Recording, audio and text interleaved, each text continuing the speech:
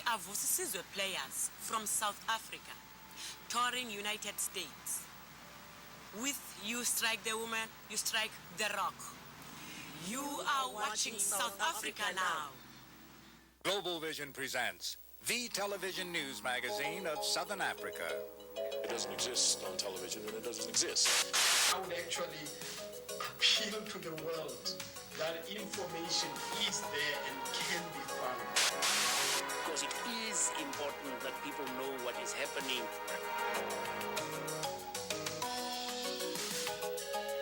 This week, South Africa Now presents these stories. An urgent question. Who is the hidden hand behind the violence in South Africa? We can't identify the whole hand, but some of its fingers will be named by those who witnessed its deadly grip. I am the head of the ANC in the Southern Natal region. Literally, I pick up corpses day in and day out. It's almost what my task is about. Winnie Mandela has now been charged with murder. Bishop Tutu speaks out on the case. There has been a lot of speculation, and Winnie herself has said she welcomes the opportunity to clear her name, and we need to wait until the facts have been established before a court of law, before we pass our own judgment. And in our culture section, South Africa's women have been called the country's rock. We will show you a performance that explains why.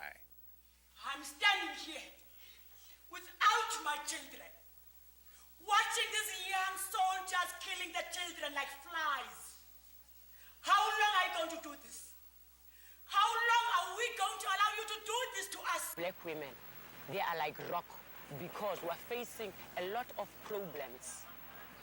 And you are strong, not physically, but we've got a guts to do whatever you want to do. All of these stories and more this week on South Africa Now. But first, the uncensored news with Thandeka, Gqubule and Phillip Tomlinson. For most of the media, township violence is the biggest story in South Africa. But for the African National Congress, that is just one more diversion from its primary task, building up the organization inside the country. The ANC held its first two regional conventions in 31 years over the last weekend in September, with its leader, Nelson Mandela, actually going door to door, canvassing his neighbors and signing them up. The ANC is criticizing the government's iron fist policy of police crackdowns, charging that they hinder its organizing drive and violate the peace process. Later in this program, we will name some of the organized forces of the so-called hidden hand behind much of the violence, and feature part of an exclusive interview with Nelson Mandela. Because apartheid is such an international issue, with interests in the West so deeply involved in South Africa's economy, its leaders seem to be constantly on the move, traveling to find support, or thanking supporters overseas. Nelson Mandela will soon be off to Australia, while Nobel Laureate Archbishop Tutu was in the New York area, speaking at colleges and picking up awards. We sought his assessment on a range of current issues. First, on President F.W. de Klerk's White House visit, which has been receiving positive media treatment worldwide, including South Africa, where it was seen as an end to South Africa's isolation. President Bush told de Klerk that he believes he has launched an irreversible process to end apartheid. Tutu disagrees. I don't think somehow that President Bush is going to be able to persuade the Congress that the time has come for easing sanctions. I mean, after all, they have not yet met two of the conditions that are laid down in the legislation.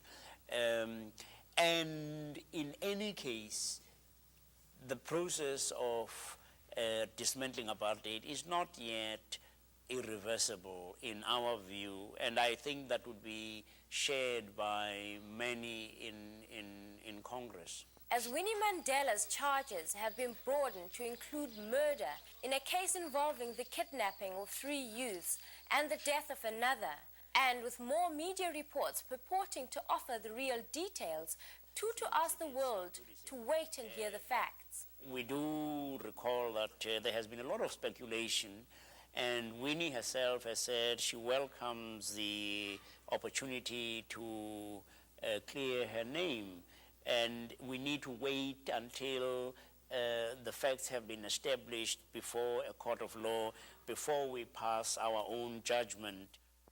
And finally, we asked him about reported meetings between the ANC and Inkatha, and the prospect of talks between Nelson Mandela and Inkatha's chief Gatsha Buthelezi, who also leads one of the homelands, KwaZulu, which was created under the apartheid system in 1970.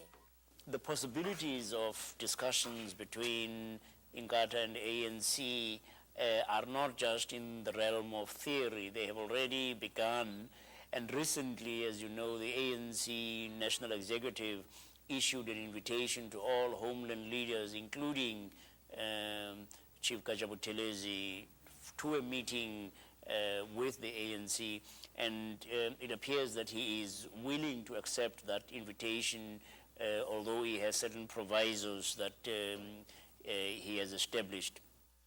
I'm Joseph Diescho with our Frontline Focus report.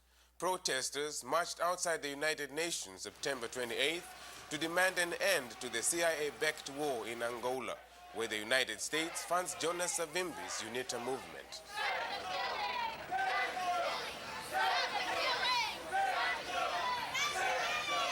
We staged this protest on the eve of the World Summit for Children at the United Nations, and we feel it is a gross contradiction for the United States even to come to this conference, because the United States sponsors the death and destruction of thousands of innocent children and women in Angola. Meanwhile, inside the United Nations, a children's summit brought leaders from all over the world together. The needs of children of Southern Africa are particularly compelling because, as this UNICEF report revealed, war and destabilization in the region was claiming the lives of children at the rate of 25 per hour. Children personify the world's future. In ensuring their welfare, we transcend all divisions of the present. We participate in the shaping of human destiny. This unique occasion should serve as an inspiration to that end. Apart from being deprived of access to health care and education, the Mozambican child is also victim of brutalization by the armed bandits who teach them how to kill their own parents. In other words, if apartheid is removed, then necessarily there will also be a better condition for the child and a better environment in which we, using our national policies, can improve the lot of our children. Here's a rundown of UNICEF's findings on the conditions children face in the region. South Africa. 1/3 of black children under 14 years old are underweight and stunted for their age. Black children are 15 times more likely to die before reaching 5 than white South African children. Angola. 10% of primary schools have been destroyed by UNITA acts of destabilization. 40% of Angolan children cannot attend school. Namibia. As of 1989, life expectancy at birth for black Namibians was 40 years, while white Namibians can expect 69 years of life. Mozambique. 10% of all children are reportedly traumatized, orphaned, or abandoned because of war. Half the children of Mozambique are malnourished. We all recognize that the children are the cream of the world and the hope for the future. Let us move forward and make the world a better place for our children to live in. It is possible. It can be done. I thank you. You're watching South Africa Now, the television news magazine that goes behind the headlines. What's behind the violence in South Africa's townships? Most media reports stress tribal factors or speak of black-on-black violence, while the ANC speaks of a hidden hand, killer units that have to date not been fully identified. In an investigative report this week, South Africa Now identifies at least 4 deadly fingers on the hidden hand that Nelson Mandela described for us in an exclusive interview. These people just are going out to destroy life. They go out to kill, no matter to what ethnic group a person belongs, and irrespective of his political affiliations. It seems quite clear to me, as I have said before, that we are having here the beginnings of the Renamo movement. What is meant by a Renamo-type organization? The first of the 4 deadly fingers we'll look at.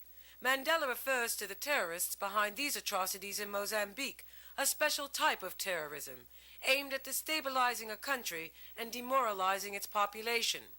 ANC leaders are charging that Renamo forces are now being deployed inside South Africa from a training base here on the border of Mozambique and South Africa's Natal province. Patrick Terra-Lakota is an ANC leader in Natal. Quite harrowing has been, the emergence in large numbers of AK-47 rifles, and these faceless, sometimes voiceless individuals who, when they have attempted to utter words, come with an accent that belongs to the east coast of our region, the MNR element. That's what you call Renamo, otherwise we would call them also MNR. A Renamo specialty has been attacking transportation lines in Mozambique, very much the modus operandi of similar massacres on commuter trains outside Johannesburg. What we saw, especially with the massacre on the train, was the hidden hand had been overplayed. It revealed itself because that was clearly a military operation. It was too professional to have been either Inkatha or just Zulus and Xhosas. It was too random. It was too brutal. It had the mark of Renamo. The South African military trained Renamo, and a political analyst for the government confirms that the train massacres bear the earmark of these bandit forces. Reports were that they were carrying on with their task almost in disciplined, calculated manner. And that, I think, is the difference, because this points to the fact that they had a purpose. They were perhaps paid for that purpose, not necessarily politically motivated themselves, but by somebody else.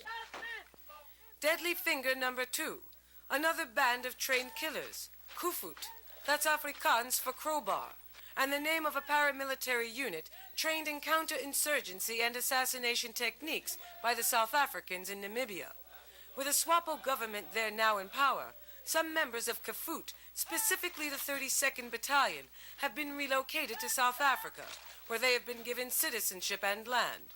South African exile Nomazizi Sokudela recently saw them in action in Natal. They used the butts of their guns and push people around. There's always consistent harassment. I also remember some women telling me of horror stories of things that are happening, the violence that's perpetrated by these soldiers. They go into their houses, they raid their houses any time of the day, and they rape women and girls. And you saw a sense of helplessness as people were telling these stories, because they were saying that what is the sense? They are working along with the Zulu police. In fact, they are part of the KwaZulu police contingency. This is some of Kufut's handiwork in Namibia, a massacre of SWAPO soldiers in April 1989. We are persuaded now, or we are being told we should trust these chaps. But I am the head of the ANC in the Southern Natal region. The instances of rape, the instances of this kind of gruesome killings of our people is incredible. And literally, I pick up corpses day in and day out. It's almost what my task is about. And you can see units of the army operating in an area, without consciences. And of course, with these people who don't even, by the way, communicate in the language of the people, that's how foreign they are. There is the element of acting with total impunity because they are not from the area. Deadly Finger 3, trained Inkatha vigilantes, loyal to Chief Buthelezi, the chief minister of the KwaZulu homeland, where his police force has been trained and armed by the South African police, and has recently been accused of arming and abetting attacks by hostel dwellers on ANC supporters in the townships. Inkatha's youth leader was arrested at Sebokeng Hostel with a trunk of his car full of AK-47 rifles. The question which we are asking is, who supplies Inkatha with these weapons? The Weekly Mail reports that a former member of a military counterinsurgency unit admits that an elite group of Inkatha vigilantes have and are being trained at a South African military base near the Caprivi Strip. Our information, our knowledge that the government is, or government agencies are training Inkatha members in the usage of Russian weapons in the Caprivi suggests to us that the fact that they are training them in the usage of those weapons is so that when they come back, they can use them. And of course, they'll be supplied with these weapons. The French newspaper Le Monde notes editorially that while Chief Buthelezi is manipulating ethnic hostilities, he himself is being manipulated by the white power structure. The violence, the motive of that violence has always, or at least its impact, has always been to undermine the position of the ANC and to weaken us. You see, at the moment, we need to organize in South Africa.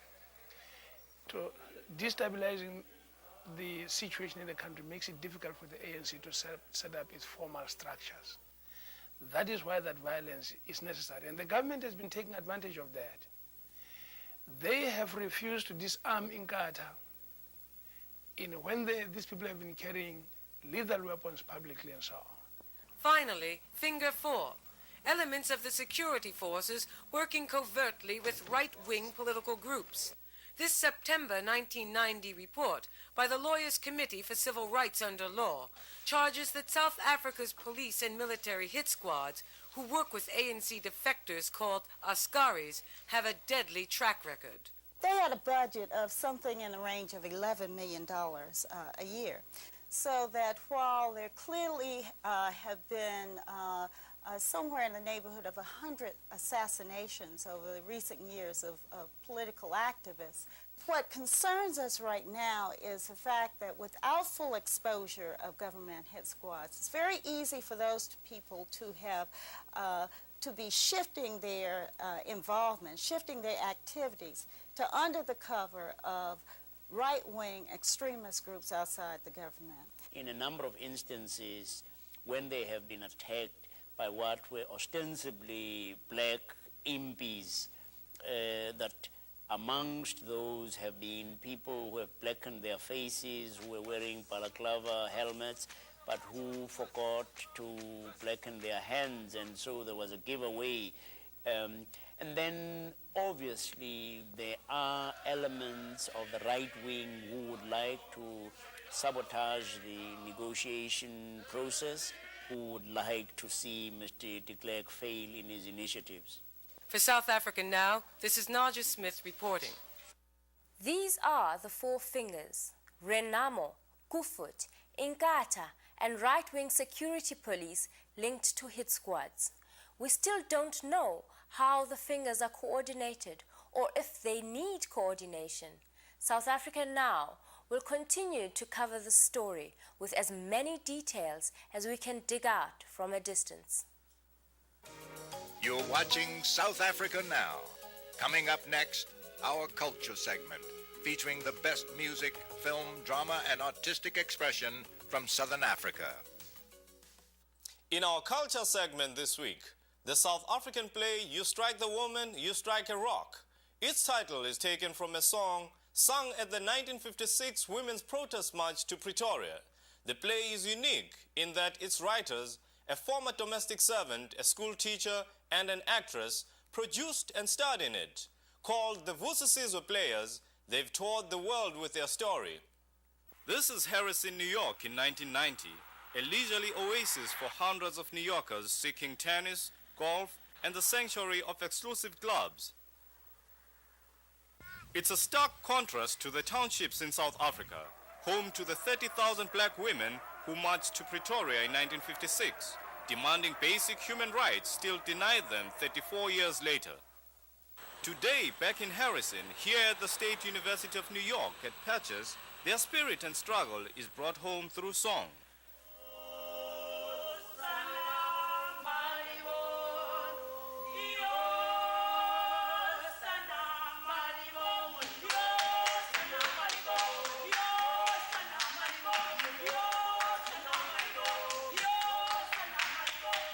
These are the Vusisizwe Players, Thobeka Makutyana, Nomvula Kosha, and Popi Tshira.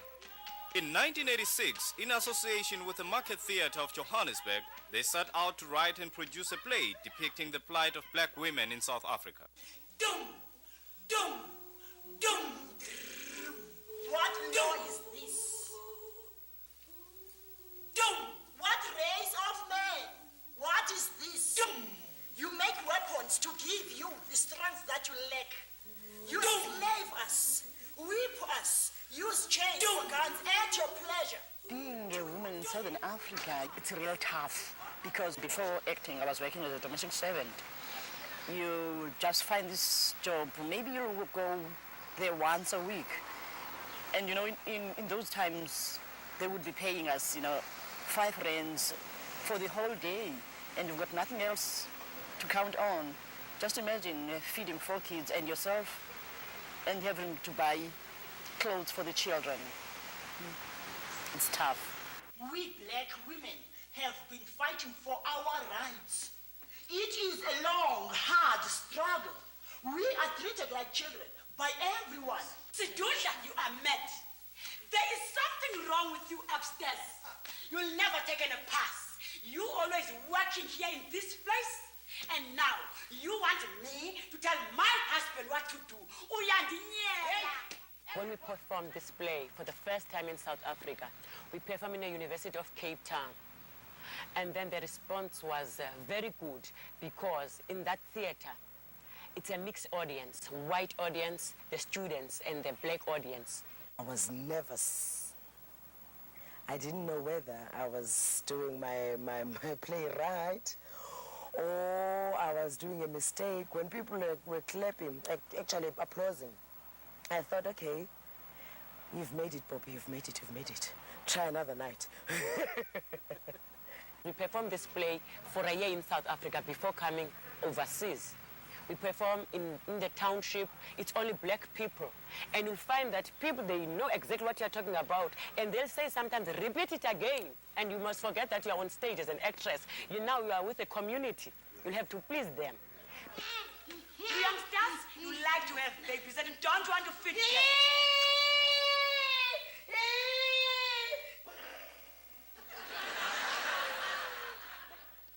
After 3 years playing before packed, enthusiastic audiences worldwide, reaction to You Strike the Woman, You Strike a Rock is very favorable. It's just a totally different perspective. You begin to know what the real life impact is. And you can't get that from a newspaper or a newsreel or TV. They always say it's stunning, it's overwhelming, it's informing people about the situation in South Africa. It's very important to see it. I lived in South Africa and I thought the play was done to perfection. It was South Africa. You get the feeling of it. You felt like crying with them. It was everything that I experienced when I lived there. The soldiers giving them 5 minutes to disperse. Why they don't turn back and go, oh please, Hamba.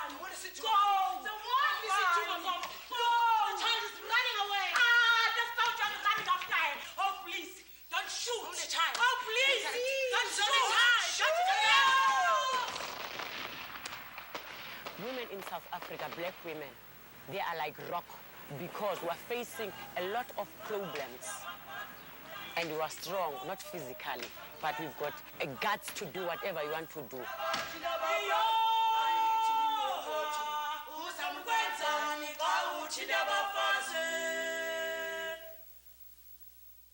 That's our show for this week. If you're interested in any of the issues we cover, send a self-addressed stamped envelope to South Africa Now, Post Office Box 1907, Canal Street Station, New York, New York, 10013.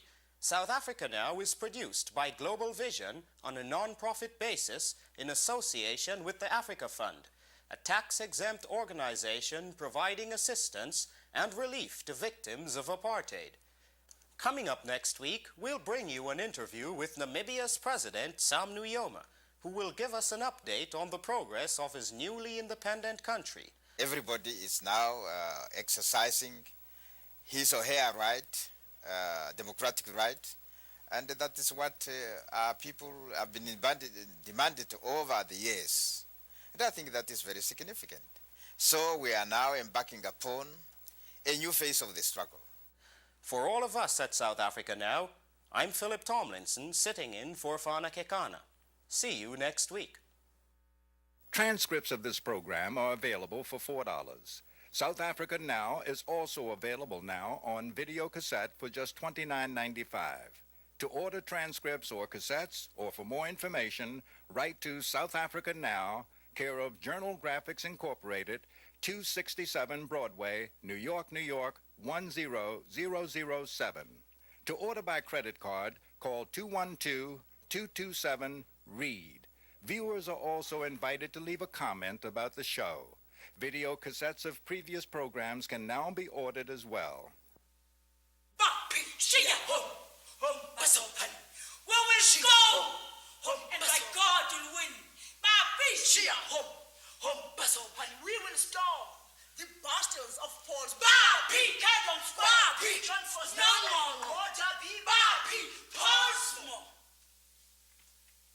the sun will rise for all the working women of the world.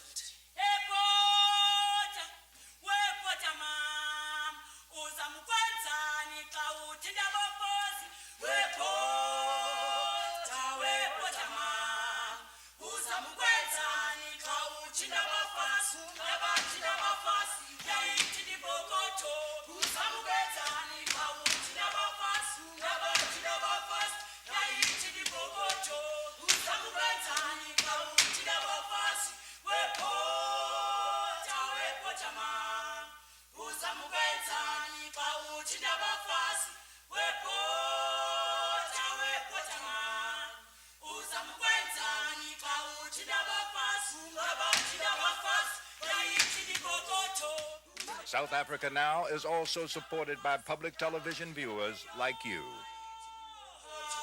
Uzamkwenzani xa uthi nabafazi